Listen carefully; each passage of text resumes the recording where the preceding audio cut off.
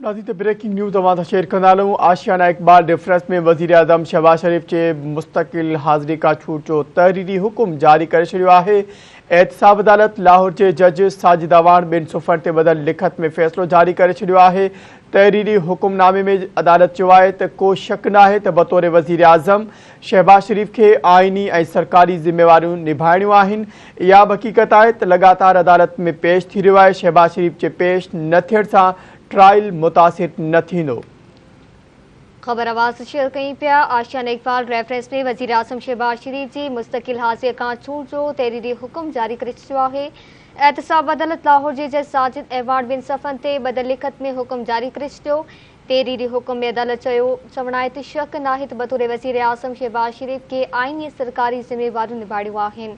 इहा बि हक़ीक़त आहे त लगातार अदालत में पेश थी रहियो आहे। शहबाज शरीफ जे पेश न थियण सां ट्रायल मुतासिर न थींदो। शहबाज शरीफ पंहिंजी जाइ ते नुमाइंदो मुक़ररु करे छॾियो आहे। मोहम्मद अनवर हुसैन एडवोकेट शहबाज शरीफ के नुमाइंदे तौरु पेश थींदो। शहबाज शरीफ की हाज़िरी खां छूट वारी दरख़्वास्त मंज़ूर कई वञे थी। अदालत जे तलब करण ते शहबाज शरीफ अदालत में पेश थियण जो पाबंद हूंदो।